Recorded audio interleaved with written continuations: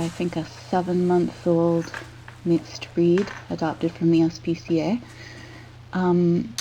I've got my clicker in my hand wrapped with a towel. There, I'm just getting rid of the towel. The first couple of clicks that I did with Gunny, I had my clicker wrapped in the towel to muffle its noise. I do that because some dogs are quite afraid of the noise of a clicker, so I start off with it being as muted as possible. I make sure that I keep it well away from the dog's ear as well, because if you frighten the dog first thing with it, you may not be able to use it later on. So I've clicked it a few times and he showed no reaction to it, so I've just gotten rid of the towel and I'm just using it normally now.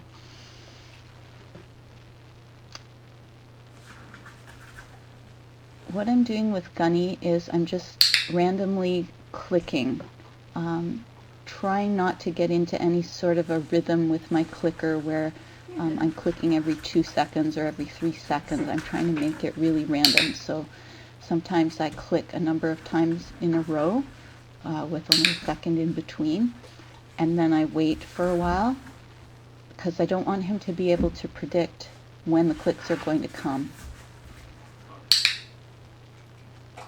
And I'm not training him to do anything, so I'm not looking really at his behavior and trying to click when he's doing anything in particular, although I am making sure that I'm not clicking him when he's actually doing something bad. So if I'm about to click and he paws me, I delay clicking so that I'm not giving him a treat right after he paws me, because I don't want to encourage him to do that.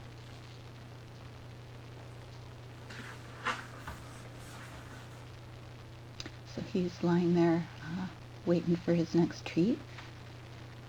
He's sort of, I think, wondering what he can do to get me to give him the next treat. So he was doing a little bit of pawing.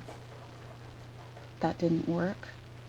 Seems to be working okay for him just to lie there and stare at me, although he'd like me to feed him quicker and just give him everything I've got.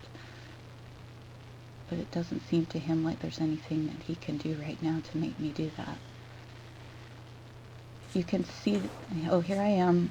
I'm getting up and moving around because I don't want him to think that the only time he gets rewarded is when I'm sitting down and in that position. So I'm trying to change things around a little bit. Sometimes I'm throwing him treats, sometimes I'm feeding him from my hand. It doesn't really matter either way. Sometimes I'm looking at him, sometimes I'm looking somewhere else. You can tell I'm kind of bored. I would say that if you're doing this, either do it in conjunction with something else, like reading a book or doing the dishes, or just make sure that you haven't had a lot of coffee first, because you're going to have to be pretty patient. I actually filmed this whole procedure of conditioning him to the clicker, and it took well over 10 minutes. And I didn't want to make you sit and watch 10 minutes of video because it's not that interesting. Although he's a pretty cute dog. I'm sure his owners could watch him easily for 10 minutes.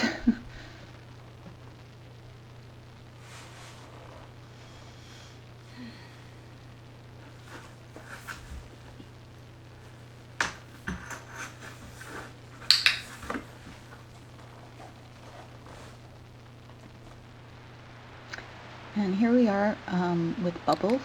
Bubbles is an SPCA dog. She's had no training except that she has been conditioned to the clicker.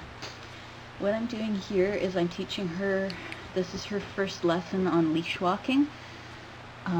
As you can see, I don't have a leash on her, and I really like this method of training dogs to walk by your side.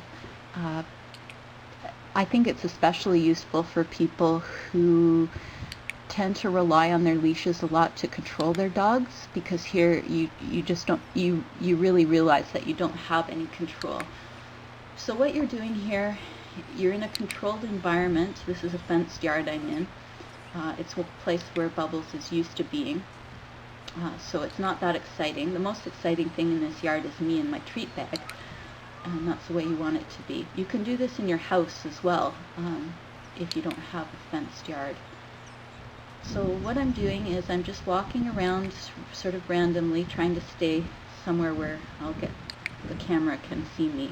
Otherwise I'd be using more of this yard.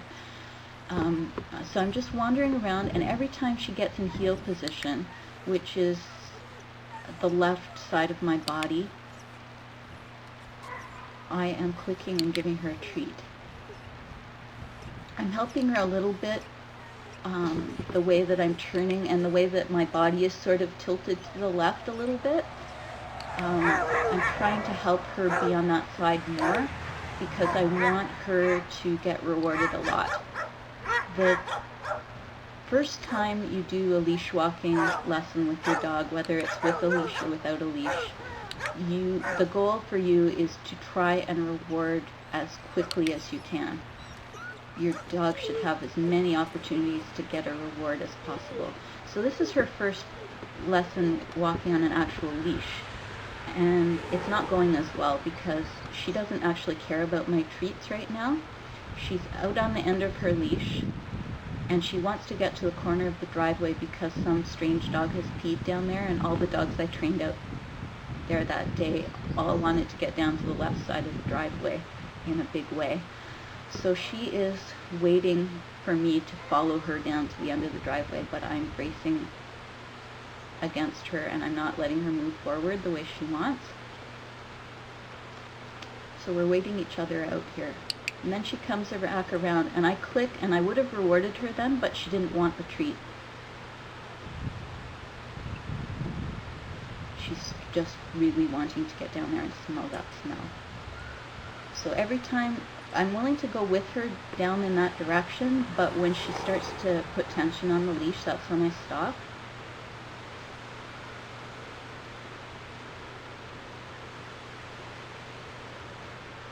And then she turns back to me and I offer her a treat, but she doesn't want it.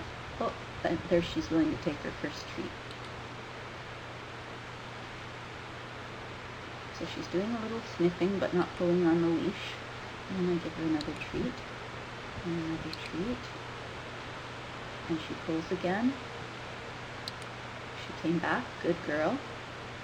And I say, okay, you were good, now you can go and sniff. I tend to use a cue for that, so to make it really clear for the dog, when I'm going to allow them to explore a smell, I say go sniff. So I'm letting her go, and then when she reorients to me, I give her a treat.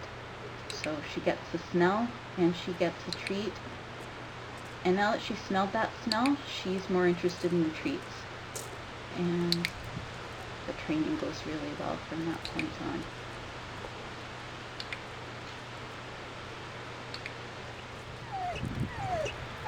This is Jack. Same thing with Jack, he wants to get to that place in the driveway.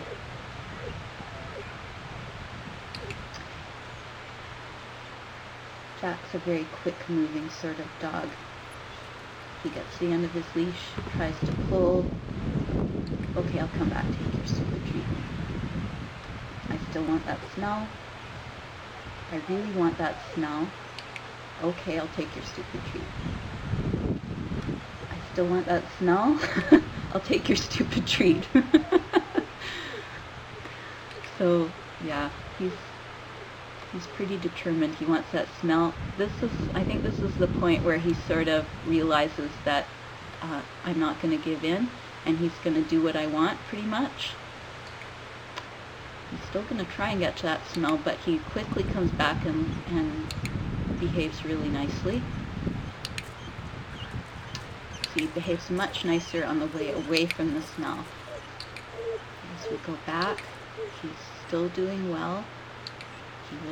He thought about charging for that, but thought better of it, and then I reward him for being good by letting him go. So there he is, he's getting the snootful of that smell. Then he marks it with a little pea, kicks the grass, and then I reward him for reorienting towards me. This is Sitka. This is what Sitka does when she's put on a leash. She pulls and she grabs the leash in her teeth and she turns it into a game of tug of war. So here I'm just demonstrating that. This is where we actually start training. So she is doing her stuff, but then when she stops pulling and comes over to me, I'm clicking and treating. And things go much better once she starts getting fed. She loses interest in the leash and doesn't try doing that again. She likes the treats better than she likes the tug of war, which is fortunate because not all dogs, that's not true for all dogs. There's some dogs that like the tug of war better than the treats, and well, if we have one of those in class, I'll show you what to do.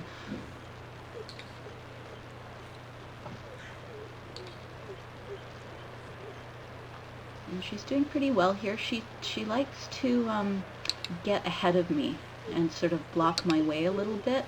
I think probably is just used to being fed in a position where she's facing somebody.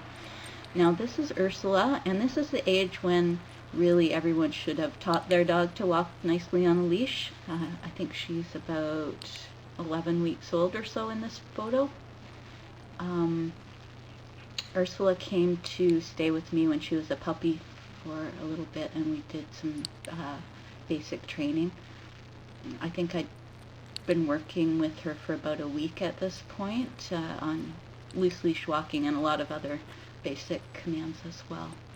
And she's doing really well. And she's really into the training. She really likes it. Now I'm making a big mistake here.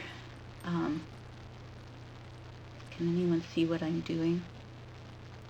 It's a stupid mistake that I shouldn't be making, and I guess I'm just distracted because I know that I'm filming myself. What I'm doing is I'm being really slow. I think I improved later in this video, but I'm slow to get the food down to her after I click, and that's resulting in her jumping up on her hind legs to intercept the food. You don't want to do this because you really want to, with most dogs, there tends to be a jumping up problem. If you're having problems with walking on a leash, you're probably having problems with jumping up too. And you just want to make sure that you're always rewarding when the dog's 4 feet are on the ground. You don't want to ever find yourself reinforcing jumping up.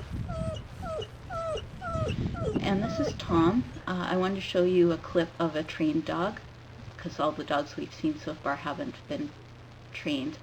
And you'll see in this photo, because she's trained, I've got my treat bag on me, but I don't actually use food with her at this point because I think I give her food at the very end when we're all finished. But I'm just demonstrating that she can walk without getting food. I've trained her to sit automatically when I come to a stop.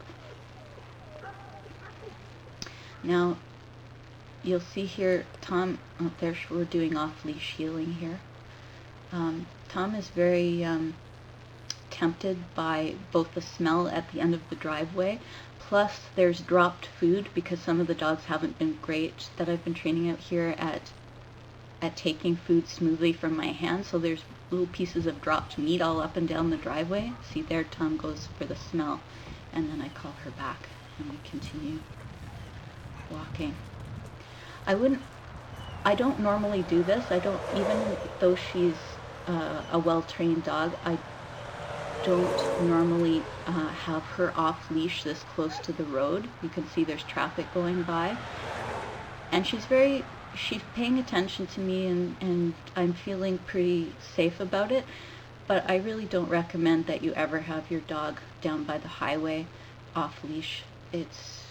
Something can always happen that will cause your dog, something could scare it, or something could pop up on the other side of the road that the dog really wants to get to, and it's just not worth it. So I recommend always having your dog on leash close to traffic. But it is awfully nice to have a dog that is trained to walk off leash. No, there she's doing a few tricks just to show off.